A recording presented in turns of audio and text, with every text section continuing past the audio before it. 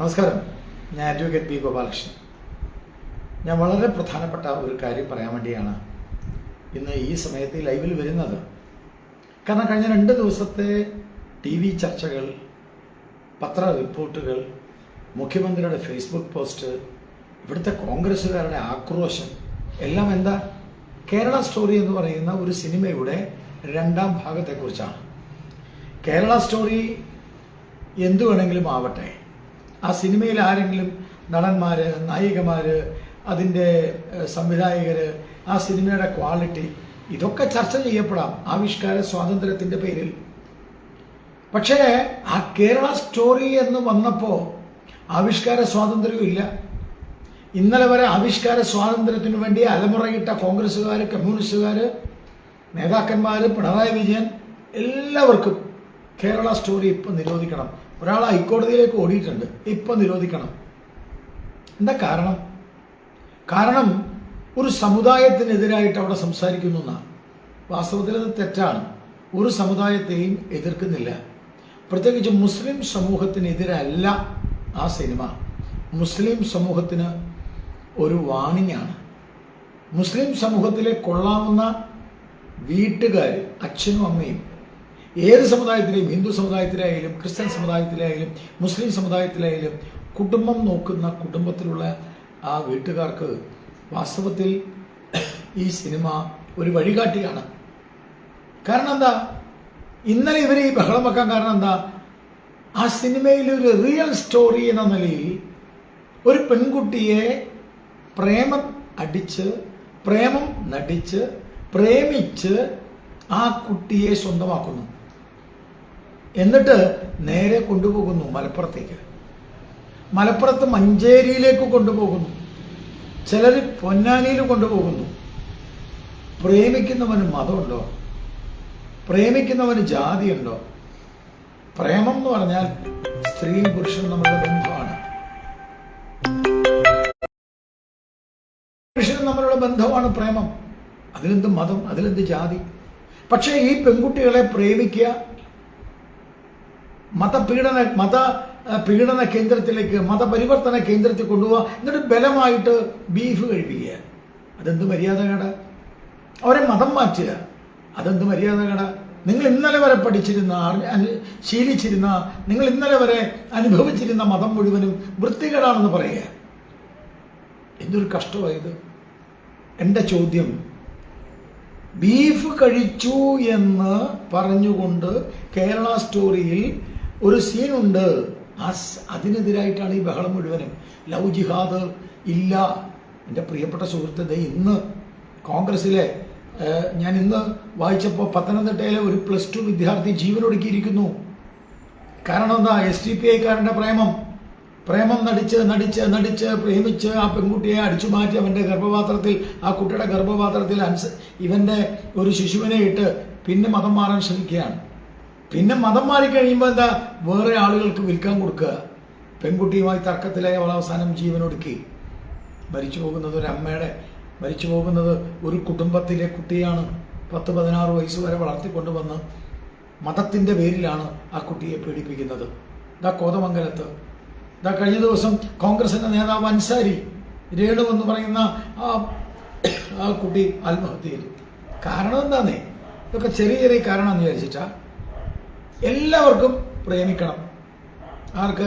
ഇവന്മാർക്ക്, ഈ മത തീവ്രവാദികൾക്ക്. പ്രേമിക്കുന്ന ആരെയാ? ഹിന്ദുക്കളെ അല്ലെങ്കിൽ ക്രിസ്ത്യാനികളെ. പ്രേമിച്ചിട്ട് ഞങ്ങളെ കൊണ്ടുപോകണേ നേരെ പൊന്നാനിക്ക് അല്ലെങ്കിൽ മഞ്ചേരിക്ക്. ഇവൻ്റെയൊക്കെ പ്രേമം ഈ പാവം പെൺകുട്ടികൾ അറിയാതെ പെടുകയല്ലേ? ഇത് തുറന്ന് കാട്ടണ്ടേ? ഇത് പറയണ്ടേ നാട്ടിലെ ജനങ്ങളോട്? കഴുകൻ കണ്ണുകളോടുകൂടി റാഞ്ചാൻ, ഈ പെൺകുട്ടികളെ റാഞ്ചാൻ നിൽക്കുന്ന ഈ കഴുകന്മാരെ കുറിച്ച് നാട്ടിലെ ജനങ്ങൾക്ക് ഒരു അവബോധം ഉണ്ടാവണ്ടേ? അമ്മമാരെ അറിയിക്കണ്ടേ? നിങ്ങൾ 12 വയസ്സ്, 13 വയസ്സ്, 14 വയസ്സ്, 15 വയസ്സ്, 16 വയസ്സ് എന്ന് പറഞ്ഞ് പെൺകുട്ടികളെ ഇങ്ങനെ വളർത്തിക്കൊണ്ടുവരുമ്പോൾ, അവരെ ഇങ്ങനെ ഒക്കത്തിങ്ങനെ ചേർത്ത് കൊണ്ടുപോകുമ്പോൾ, ഈ കഴുകന്മാർ റാഞ്ചിക്കൊണ്ടുപോകുമ്പോൾ അത് ജനം അറിയണ്ടേ? ഒരുപക്ഷെ അച്ഛനും അമ്മയ്ക്കും ഈ കുട്ടികളോട് കൂടുതൽ സംസാരിക്കാൻ സാഹചര്യം ഉണ്ടാവില്ല. മൊബൈൽ കടയിൽ പോകുമ്പോൾ മൊബൈൽ കടയിൽ എന്തെങ്കിലും ചാറ്റുകളൊക്കെ ആരെങ്കിലുമായിട്ട് ചെയ്താൽ ആ ചാറ്റുകളെ വെച്ചിട്ട് രഹസ്യമാക്കി ആ ചാറ്റുകൾ കാണിച്ച് ഇത് ഞാൻ വെളിയിൽ വിടുമെന്ന് പറഞ്ഞ് അവരുമായിട്ട് ബന്ധത്തിലാവുന്നു. അങ്ങനെ എത്ര കേസാണ്? അപ്പം ഞാൻ എൻ്റെ ചോദ്യം ഇതാണ്, കേരള സ്റ്റോറിക്കെതിരെ ബഹളം വെച്ചവർ എന്തേ ലവ് ജിഹാദിൻ്റെ ഉത്തമ ദൃഷ്ടാന്തങ്ങളായ ഈ മരണങ്ങളെ, ഈ കൊലപാതകങ്ങളെ, ഈ ആത്മഹത്യകളെ കുറിച്ച് എന്തേ മിണ്ടാത്തത്? കേരളത്തിലെ ഇടതുപക്ഷവും കേരളത്തിലെ വലതുപക്ഷവും കേരളത്തിലെ വി ഡി സതീശനും കേരളത്തിലെ പിണറായി വിജയനും ഇന്നുവരെ VS അച്യുതാനന്ദൻ കാണിച്ച തൻ്റെ ഇടം എന്തേ പിണറായി താൻ കാണിക്കാത്തത്? നിങ്ങളുടെ വീട്ടിൽ ഒരു ലവ് ജിഹാദ് ഉണ്ടായതുകൊണ്ടാണോ? ആണോ?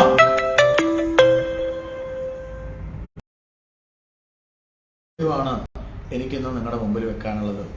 കേരള സ്റ്റോറി അത് നിരോധിക്കാൻ വേണ്ടി ബഹളം വെക്കുന്നവർ ലവ് ജിഹാദിനെ കുറിച്ച് മിണ്ടുന്നില്ല, ഈ പാവം പെൺകുട്ടികളെ കുറിച്ച് മിണ്ടുന്നില്ല. നിമിഷ എന്ന് പറഞ്ഞൊരു പാവം പെണ്ണിൻ്റെ അമ്മയുടെ കരച്ചിൽ കണ്ടില്ലേ? അത് കിടക്കുന്നത് എവിടെയാ? ഏതോ ജയിലില്ല, ഇറാഖിലോ എവിടെയോ. എന്തൊരു കഷ്ടമായത്. ആട് മേയ്ക്കാൻ കൊണ്ടുപോവുകയാണ്. ആട് മാത്രമല്ല, പട്ടാളക്കാരെ മേയ്ക്കണം ഈ പാവങ്ങൾ. അശോകനെ എനിക്കറിയാം, വൈക്കത്തെ അശോകനെ എനിക്കറിയാം. ഞാൻ അശോകൻ്റെ വീട്ടിൽ പോയതാ.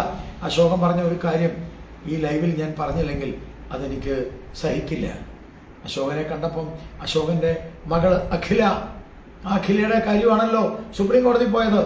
അശോകൻ എൻ്റെ കൈ പിടിച്ചിട്ട് പറഞ്ഞു, ഗോപാലകൃഷ്ണൻ എനിക്കിതുണ്ടാവണം. കാരണം ഈ വൈക്കത്തെ ക്ഷേത്രത്തിലെ വൈക്കത്തപ്പനായ ശിവലിംഗം, ആ ശിവലിംഗത്തെ തുമ്പ കൊണ്ടുവന്ന് മമ്മട്ടി കൊണ്ടുവന്ന് അടിച്ച് തകർത്ത് അവിടെ കപ്പ നടണമെന്ന്, ആ ശിവലിംഗത്തെ തകർത്ത് അവിടെ കപ്പ നടണമെന്ന് പ്രസംഗിച്ച ആളാണ് ഞാൻ. CPIയുടെ നേതാവായിരുന്നു ഞാൻ. അശോകൻ കരഞ്ഞുകൊണ്ട് എന്നോട് പറഞ്ഞു, ആ ശിവലിംഗം അവിടുന്ന് പിഴുതു മാറ്റി അവിടെ കപ്പ നടണമെന്ന് പ്രസംഗിച്ച എനിക്ക് എൻ്റെ സ്വന്തം കുഞ്ഞ് നഷ്ടപ്പെട്ടു, എനിക്കെല്ലാം നഷ്ടപ്പെട്ടു. അതെനിക്ക് സംഭവിച്ചത് എൻ്റെ ധർമ്മത്തെയും സംസ്കാരത്തെയും ഞാൻ ഇത്രയേറെ വെറുപ്പോടെ പറഞ്ഞതുകൊണ്ടായിരിക്കാം. വളരെ വളരെ ദുഃഖത്തോടു കൂടിയിട്ടാണ് അശോകൻ എന്നോട് പറഞ്ഞത്. നോക്കൂ, ഒരഖിലയല്ല, എത്ര കുട്ടികളാണ് വഴിയാധാരമാകുന്നത്. പ്രിയപ്പെട്ടവരെ, ഇത് മനസ്സിലാക്കുക. കോൺഗ്രസിനെയും കമ്മ്യൂണിസ്റ്റുകാരെയും ഈ ഇരട്ടത്താപ്പ് മനസ്സിലാക്കുക. കേരള സ്റ്റോറി നിരോധിക്കാൻ പോകുന്നവർ ലവ് ജിഹാദിനെ കുറിച്ച് മിണ്ടുന്നില്ല. ഈ പാവപ്പെട്ട കുട്ടികളുടെ ആത്മഹത്യയിൽ ഒരക്ഷരം ഉരിയാടുന്നില്ല. പ്രതികരിക്കുക, പ്രതിഷേധിക്കുക, BJPയോടൊപ്പം അണിചേരുക. ഗോവിന്ദ മാഷ് പറഞ്ഞ് എല്ലാം ശബരിമല കഴിഞ്ഞു, ഇഷ്യൂ കഴിഞ്ഞു. ഞാൻ ഇന്ന് കൃത്യമായി പറയാൻ ആഗ്രഹിക്കുന്നു ബഹുമാനപ്പെട്ട മുഖ്യമന്ത്രിയോട്, ഇത് കഴിഞ്ഞിട്ടില്ല. നിങ്ങളുടെ തന്ത്രങ്ങൾ, ജനങ്ങളെ വെട്ടിയാക്കുന്ന തന്ത്രങ്ങൾ, ഇത് ഒളിച്ചു വയ്ക്കാനുള്ള തന്ത്രങ്ങൾ നടക്കില്ല. ഇതിന്റെ പിന്നിൽ BJP NDA ഉണ്ട്. ഇതിന്റെ പിന്നിൽ തെറ്റ് ചെയ്ത ആൾക്കാർ മന്ത്രിയാണോ ഓഫീസർമാരാണോ ഇവരെല്ലാം ജയിൽ അയക്കും എന്ന് ഞങ്ങളുടെ ഒരു ഉറപ്പാണെന്ന് ഞാൻ പറയാൻ ആഗ്രഹിക്കുന്നു. ഞങ്ങളുടെ ആഭ്യന്തരമന്ത്രി അമിത്ഷാജി തിരുവനന്തപുരത്ത് വന്നപ്പോൾ ഒരു വെല്ലുവിളി, ഒരു ചാലഞ്ചായിട്ട് മുഖ്യമന്ത്രിയോട് പറഞ്ഞു, ഈ കൊള്ള, ശബരിമല കൊള്ള നിങ്ങൾക്കൊരു സിൻസിയറായിട്ട് ആര് ചെയ്തു എന്ന് കണ്ടുപിടിക്കാൻ താല്പര്യം ഉണ്ടെങ്കിൽ, ആത്മാർത്ഥമായി സിൻസിയറായിട്ട് നിങ്ങൾക്ക് ഇതിന് പിന്നിൽ ആര് ചെയ്തു ഈ തെറ്റ് എന്ന് കണ്ടുപിടിക്കാൻ നിങ്ങൾക്കൊരു താല്പര്യം ഉണ്ടെങ്കിൽ CBI അന്വേഷണം CM ഡിമാൻഡ് ചെയ്യണം, ചീഫ് മിനിസ്റ്റർ ഡിമാൻഡ് ചെയ്യണം. എന്തുകൊണ്ട് CBI ഇതുവരെ SIT ഇൻവെസ്റ്റിഗേറ്റ് ചെയ്തിട്ട് ഒന്നും കണ്ടുപിടിച്ചിട്ടില്ലല്ലോ? ഇത് ഒരു മൾട്ടി ജൂറിസ്ഡിക്ഷണൽ ക്രൈം അല്ലേ? തമിഴ്നാട്ടിൽ ഇൻവോൾവ് ആണ്, കർണാടക ഇൻവോൾവ് ആണ്, കേരളത്തിൽ ഇൻവോൾവ് ആണ്. അതെങ്ങനെയാണ് കേരള പോലീസ് അത് അന്വേഷിക്കാൻ പോകുന്നത്? ഇതെല്ലാം മനസ്സിലാക്കിയിട്ടും ഇന്ന് വരെ മുഖ്യമന്ത്രി CBI അന്വേഷണം ആവശ്യപ്പെട്ടിട്ടില്ല. ഞാൻ ഇന്നും അദ്ദേഹത്തോട് ഏറെ ബഹുമാനത്തോട് പറയുന്നു, ഇത് ഒരു സാധാരണ കൊള്ളയല്ല, ഇത് എക്സാലോജിക് പോലൊരു കൊള്ളയല്ല. ഇത് എത്രയോ ലക്ഷങ്ങൾ വിശ്വാസികളെ ദ്രോഹിക്കുന്ന ഒരു കൊള്ളയാണ്. ഇതിന്റെ പിന്നിൽ ആരാണ് നമ്മൾ കണ്ടുപിടിക്കണം. ഇത് താങ്കളുടെ ഉത്തരവാദിത്വമാണ്. ഒരു കോൺസ്റ്റിറ്റ്യൂഷണലി സോൺ ചീഫ് മിനിസ്റ്ററിന്റെ റെസ്പോൺസിബിലിറ്റിയാണ്. ഇത് ഒളിച്ചു വെക്കുകയല്ല നിങ്ങൾ ചെയ്യേണ്ടത്. ഇന്നും ഞാൻ അദ്ദേഹത്തോട് റിക്വസ്റ്റ് ചെയ്യുന്നു, CBI ഇൻവെസ്റ്റിഗേഷൻ നിങ്ങൾ ആവശ്യപ്പെടും. CBI ഇൻവെസ്റ്റിഗേറ്റ് ചെയ്യട്ടെ, ഇതിന്റെ പിന്നിൽ ആരാണെന്ന് കണ്ടുപിടിക്കട്ടെ, അവരെ ജയിലയക്കണം.